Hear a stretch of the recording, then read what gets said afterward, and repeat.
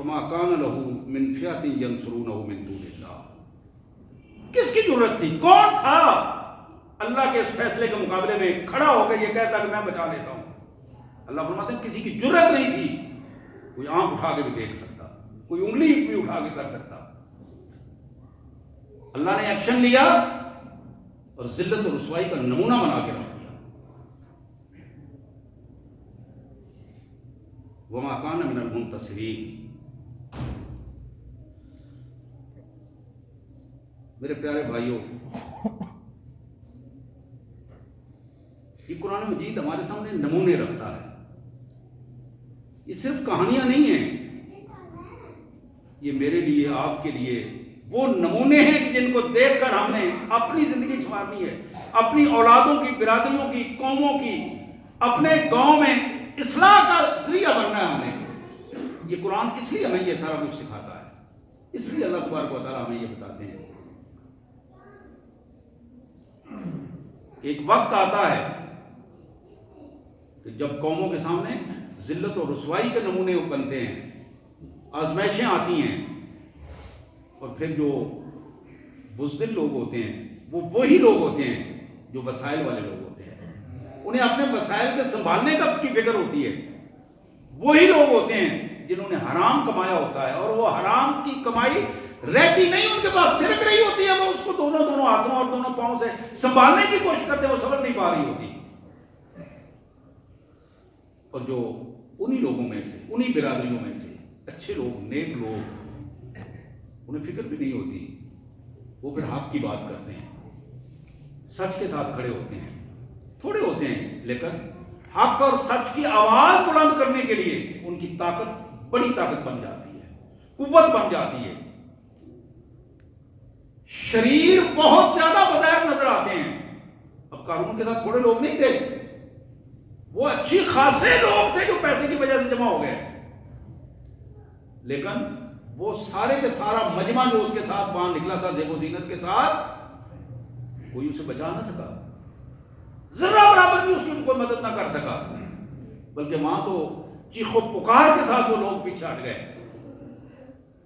کبھی یہ دیکھیں آج کل کلپ جو آ رہے ہیں, اسرائیل کے اندر کے جو کلپ آ رہے ہیں, آپ یقین کیجئے کہ ایسے چیخ و پکار اور روتے ہوئے دوڑتے ہوئے سڑکوں پہ جا رہے ہوتے ہیں,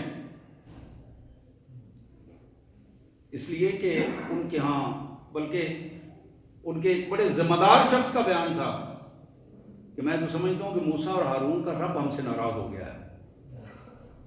یعنی بات سچی منہ سے نکلی اس کے, موسیٰ اور ہارون کا رب ہم سے ناراض ہوتی ہے. وہ اپنے انداز میں مذہبی بات کر رہا تھا کہ موسیٰ اور ہارون کا رب ہم سے ناراض ہو گیا کہ بجائے اس کے کہ ہم ان پر, اپنے دشمنوں پر, ان کے دشمنوں پر قابو پاتے, ہمارے پاؤں سے زمین سرک رہی ہے, نکل رہی ہے. تو میرے پیارے بھائیوں, آج بھی اگر ہمارے کردار درست ہو جائیں, سوچ درست ہو جائے, رویے درست ہو جائیں, قوموں کو درست ہوتے کوئی دیر نہیں لگتی. لیکن ان میں بڑی بنیادی پہلو یہ ہوتا ہے کہ بندہ اپنی سوچ کو درست کر لے. جس کی سوچ درست ہو گئی ہے اس کا کردار درست ہونے میں کوئی دیر نہیں لگتی. لیکن سب سے بڑی برائی کہ بندے کی سوچ اگر درست نہ ہو, سوچ میں خرابی ہو, فتنہ ہو, فساد ہو, لالچ ہو, مفاد پرستی ہو, تعصب پرستی ہو, تحفظ پرستی ہو, بندہ سوچتا رہے یار یہ تو میرا برادری کا ہے نہیں, میں اس کے ساتھ نیکی کیوں کروں, یہ تو میرا رشتہ دار ہی نہیں ہے, میں اس کے ساتھ کیوں اچھا کروں. ورنہ اسلام نے جو ہمیں نمونہ بتایا ہے, ہر وہ بندہ تمہارا رشتہ دار ہے جو بندہ تمہارے دین کے حوالے سے تمہارے زیادہ قریب ہے. ہر وہ بندہ تمہارا رشتہ دار نہیں ہے جو تمہارے دین کے اعتبار سے تم سے دور ہے. قربت ایمان والوں کی دین کے اعتبار سے ہے, قربت ایمان والوں کی دین کے اعتبار سے ہے, اور جہاں بے دینی ہے چاہے وہ سگا بیٹا ہی کیوں نہیں, اس کے ساتھ بھی تعلق ختم ہو جاتا ہے.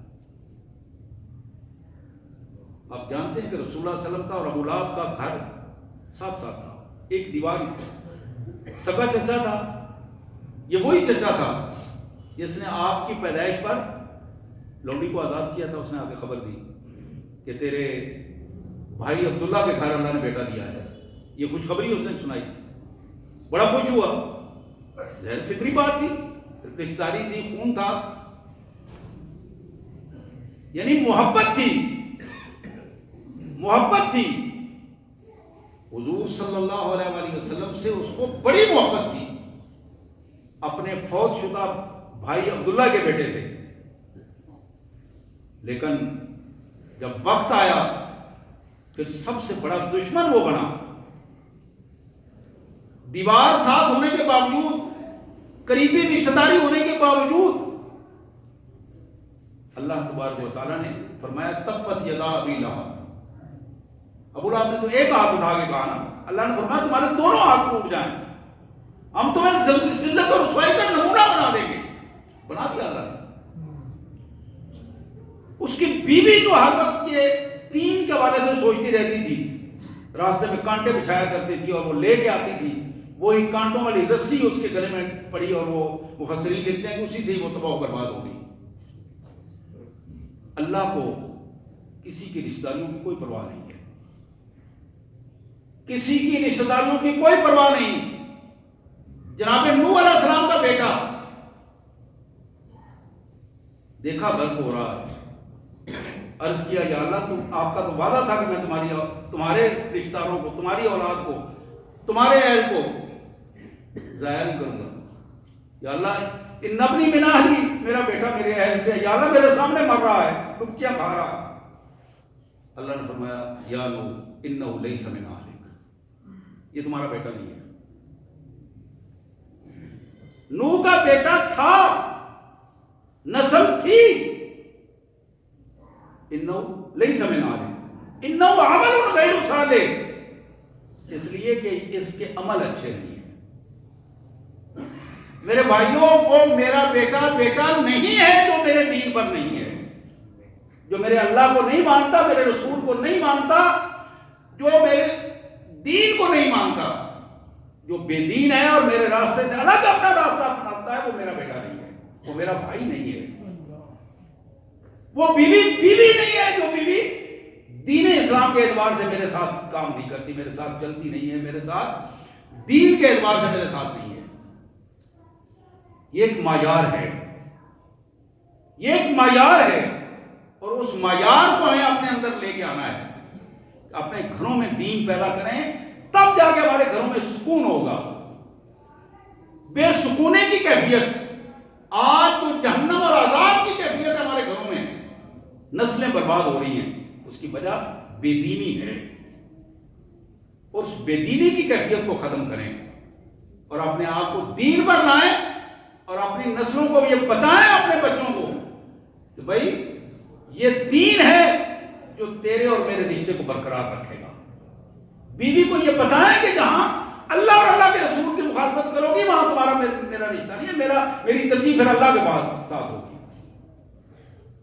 جب ہم اللہ کو چھوڑ کر بیوی کو ترجیح دیں گے, اللہ کو چھوڑ کر بچوں کو ترجیح دیں گے, اللہ کو چھوڑ کر غلط والدین کو ترجیح دیں گے, بہن بھائیوں کو ترجیح دیں گے, برادری کی بات سنیں گے, تو پھر اللہ تمہاری بات نہیں سنے گا, پھر اللہ ہماری بات نہیں سنے گا. پھر نتیجہ من حیث الفرد بھی ذلت ہوگی اور من حیث القوم بھی ذلت اور رسوائی کا نتیجہ نکلے گا.